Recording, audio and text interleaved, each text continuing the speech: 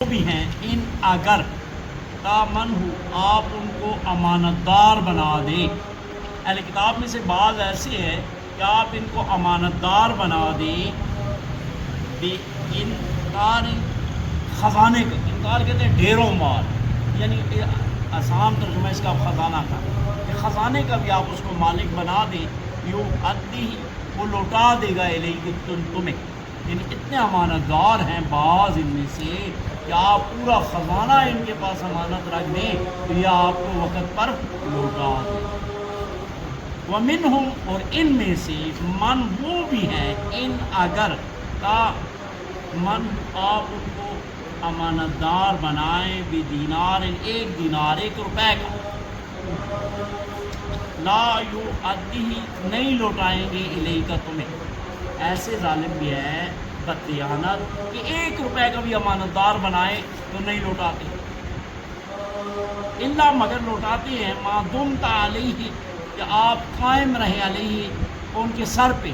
مطلب یہ کہ آپ پاور سے لے لیں تو علیحدہ بات ہے، یا اس کے پاس ہے نکال جلدی کا، تو یہ ایک علیحدہ صورت ہے، ورنہ وہ اپنی مرضی سے نہیں دیتے. ذالک کیوں نہیں دیتے؟ ذالک بانہم اس وجہ سے کہ وہ قالو کہتے تھے لیسا نہیں علینا ہمارے اوپر فی الامیین سبیل ان ان پڑھوں کا کوئی حق. ہم بڑے لوگ ہیں، ہم جو کریں یہ چھوٹے کمین کون ہیں کہ ہم سے مطالبہ کریں. وَيَقُولُونَ اور وہ کہتے تھے عَلَى اللَّهِ الْكَذِبَ اللہ پر جھوٹ. وَهُمْ اس حالت میں کہ یعلمون وہ جانتے تھے، جانتے بوجھتے اللہ کی ذات پر بہتان لگاتے تھے. بھلا ہاں کیوں نہیں، اللہ فرماتا ہے من وہ کوئی اوفا جو پورا کرے بعہدہ اپنے عہد کو، اللہ تعالیٰ سے اللہ کے رسول سے جو وعدہ کیا ہے اس کو پورا کرے، واتقوا اور تقوی اختیار کرے، اللہ سے ڈرے. فإن اللہ بس بے شک اللہ تعالیٰ یحب المتقین پسند فرماتا ہے متقیوں کو، پرہیزگاروں کو. متقی کو جو اللہ تعالیٰ سے ڈرے، ڈرنے کا مطلب یہ جو اللہ کی مانے. ان الذین بے شک وہ لوگ یشترون جو بیچتے ہیں یا خریدتے ہیں بعہد اللہ اللہ تعالیٰ کے عہد کو. ان اللہ یہ لفظ یشترون دونوں کے لیے استعمال ہوتا ہے، خرید و فروخت دونوں کے لیے. تو جو خریدتے ہیں بعہد اللہ اللہ تعالیٰ کے عہد کو یا بیچتے ہیں اللہ تعالیٰ کے عہد کو، وَأَيْمَانِهِمْ اور اپنی قسموں کو، ثمنًا قلیلا تھوڑے پیسوں کے عوض، یعنی عہد دے کے قسمیں دے کے تھوڑے پیسے لیتے ہیں. اولئک یہ وہ لوگ ہیں لا خلاق لہم کہ نہیں ہے حصہ ان کے لیے فی الآخرۃ آخرت میں، آخرت میں ان کے لیے کچھ بھی نہیں ہے. ولا یکلمہم اللہ نہ ہی گفتگو فرمائے گا اللہ تعالیٰ ان سے، مطلب رحمت کی گفتگو. ولا ینظر نہ ہی نظر کرم فرمائے گا الیہم ان کی طرف یوم القیامت قیامت کے دن. ولا یزکیہم اور نہ ان کو پاک کرے گا. ولہم اور ان کے لیے عذاب علیم دردناک عذاب ہوگا. دیکھو میں نے بارہا آپ لوگوں کی خدمت میں عرض کیا ہے کہ قرآن کریم فرقان حمید یہودیوں کے لیے نہیں آیا، عیسائیوں کے لیے نہیں آیا. اگر وہ قرآن مان لیں پھر وہ یہودی عیسائی نہیں ہے، وہ تو مسلمان ہوں گے. تو یہ قرآن ہمارے لیے آیا، بتایا ان کا جا رہا ہے کہ وہ ایسا کرتے تھے. اے مسلمانوں تم ایسا نہ کرنا، امانت کا پاس رکھنا. حضور علیہ السلام ابھی اعلان نبوت بھی نہیں کیا تھا، اور اعلان نبوت سے پہلے مکے کے سارے کافر آپ کے پاس امانتیں رکھتے تھے اور آپ کو امین کہتے تھے، صادق اور امین. اور پھر جب آپ نے اعلان نبوت فرمایا تو آپ کی نبوت کی تکذیب کی، اللہ وحدہ لا شریک کی تکذیب کی، لیکن حضور کو پھر بھی امین مانا، پھر بھی لا کے نہ مانتے، باوجود اس کے کہ رسول نہیں مانتے تھے پھر بھی امانتیں رکھتے تھے. اور پیارے محبوب صلی اللہ علیہ وسلم ان کافروں کی امانت کو بھی حفاظت سے رکھتے تھے.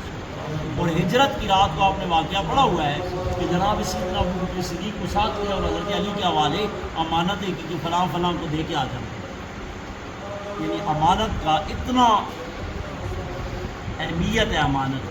حضور علیہ السلام نے فرمایا منافق کی 3 بڑی نشانیاں ہیں، اگرچہ نماز پڑھے، اگرچہ روزے رکھے، اگرچہ نیک عمل کرے، جب بات کرتا ہے تو جھوٹ بولتا ہے، وعدہ کرتا ہے تو وعدہ خلافی کرتا ہے، اور امانت دی جائے تو خیانت کرتا ہے. یہ منافق کی بڑی بڑی نشانیاں ہیں. امانت جو ہے نا ہر حال میں اس کا پاس رکھنا چاہیے. اللہ جل جلالہ فرماتے ہیں ان میں بعض ایسے ہیں، اب مسلمانوں میں بھی بعض ایسے ہیں نیک لوگ ہیں کہ ان کے پاس آپ جتنی بھی امانت رکھیں وہ وقت پر جب آپ چاہیں گے لوٹا دیں گے. ایسے بھی ہیں کہ تھوڑی سی بھی امانت رکھو تو کھا جاتے ہیں. اور ان کی غلط فہمی یہ تھی، کیوں نہیں کہتے تھے یہ جو مکے کے لوگ ہیں یا جو مسلمان ہیں ان پڑھ لوگ ہیں، ہم پڑھے لکھے، ہم تورات والے، ہم نبی والے، ہم نبیوں کی اولاد، ہم بڑے لوگ، یہ کیا چیز ہے اللہ کی بارگاہ میں پوچھو کہ ان کی طرف سے ہماری نہیں ہوگی.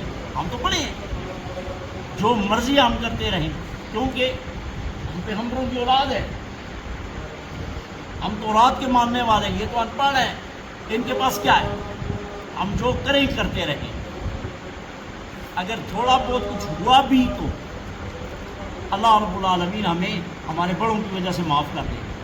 چاہے ہم کفر کریں، شرک کریں، نبی کا انکار کریں، قرآن کا انکار کریں، تب بھی ہم بچ جائیں گے. کیوں کہ ہم بڑے لوگ ہیں. یہ تو کچھ چیز ہی نہیں ہے. کہتے تھے ذالک بانہم قالوا، اللہ فرماتے ہیں اس وجہ سے قالوا، یہ کہتے تھے لیس علینا فی الامیین سبیل، کہ ہمارے اوپر ان ان پڑھوں کا کوئی حق ہی نہیں ہے. ہم جو چاہیں کریں، سارا ملک ہمارا ہے، ہر کچھ ہمارا ہے، ان کا کیا ہے؟ اللہ جل جلالہ فرماتے ہیں یہ اللہ پر جھوٹ باندھتے ہیں، جانتے نہیں. حالانکہ جو اللہ کا وعدہ پورا کرے، تقوی اختیار کرے، اللہ ان کو پسند کرتا ہے، ان کو نہیں کرتا شیخیت بکھیرنے والوں.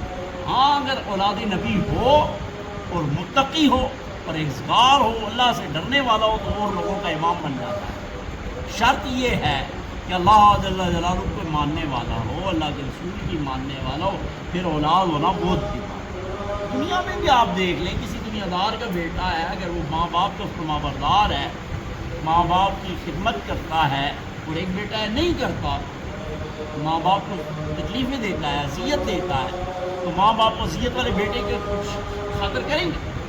بسا اوقات تو بہت پریشان ہو کے آگ کر دیتے ہیں جیداتوں سے. تو جو اللہ کو ہی نہ مانے، اللہ کی رسول کی نہ مانے، اور کہے کہ میں کچھ ہوں، کچھ بھی نہیں ہے. اللہ نے شرط لگی تو میں بلا من اوفی بعہدہ، جو اس کے عہد کو پورا کرے. عہد کیا ہے؟ یہ قرآن تمہارا سارا عہد ہے، بس اس پر عمل کرنا ہے. رسول نے جو فرمایا ہے وما آتاکم الرسول، جو تمہیں یہ رسول دے لے لو، اور جس سے منع کرے رک جاؤ، بس یہ عہد ہے. اور ڈرو اللہ تعالیٰ سے. یہ جو ہیں اللہ تعالیٰ کی ساتھ کیے ہوئے عہد کو، یعنی تورات جو ان پہ نازل ہوئی، تورات میں موسیٰ علیہ السلام نے ان سے عہد لیے ہوئے ہیں، تورات کے مطابق یہ کیا کرتے ہیں کہ اس عہد کو توڑ دیتے ہیں، تھوڑے سے پیسے لے کے. جیسے کہ وہ ہم نے پیچھے، بلکہ ہم پڑھیں گے انشاءاللہ سورہ مائدہ میں، ایک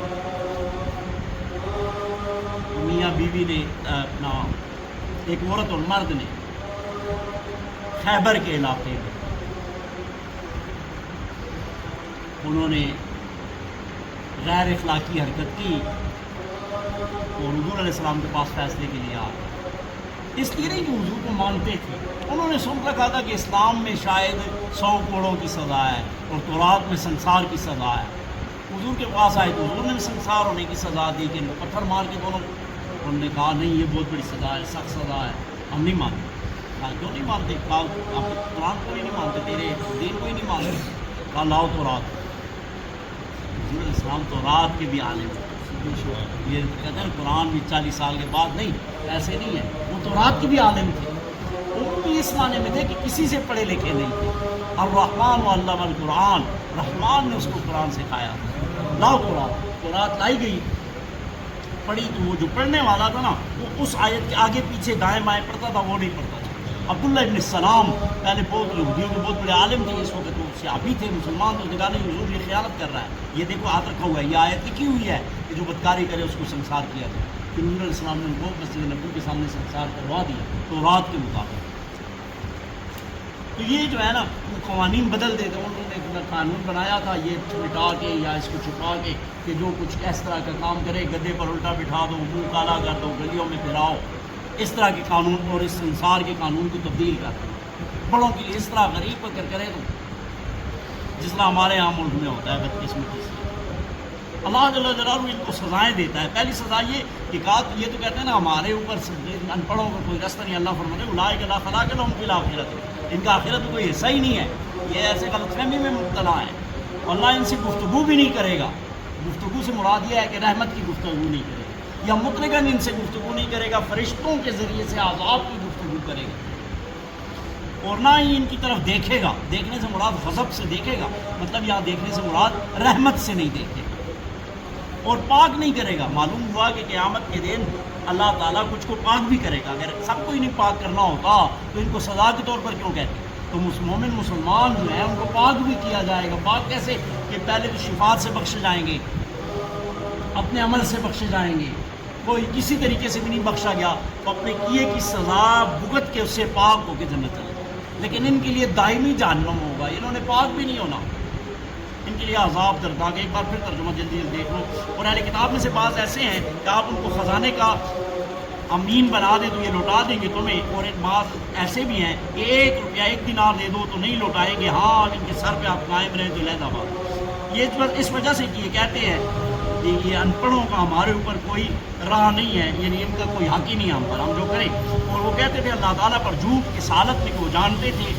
اللہ فرماتے ہیں ہاں کیوں نہیں، جو وعدہ پورا کرے، عہد کو پورا کرے اور تقوی اختیار کرے، بس بے شک اللہ جل جلالہ پسند فرماتا ہے متقیوں کو، جو اللہ تعالیٰ سے ڈرنے والے ہیں۔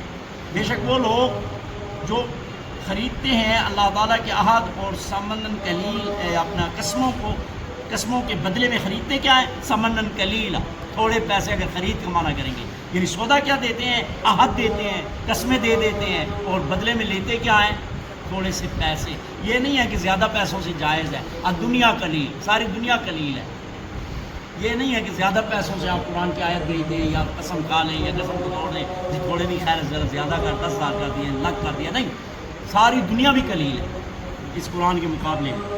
یہ وہ لوگ ہیں کہ ان کا کوئی حصہ نہیں ہوگا آخرت میں، ورنہ اللہ تعالیٰ ان سے گفتگو کرے گا، نہ ان کی طرف نظر کرم فرمائے گا قیامت کے دن، نہ ان کو پاک کرے گا، اور ان کے لیے دردناک عذاب ہے۔ اللہم صلی علی سیدنا محمد وعلی آل سیدنا و مولانا محمد وبارک وسلم۔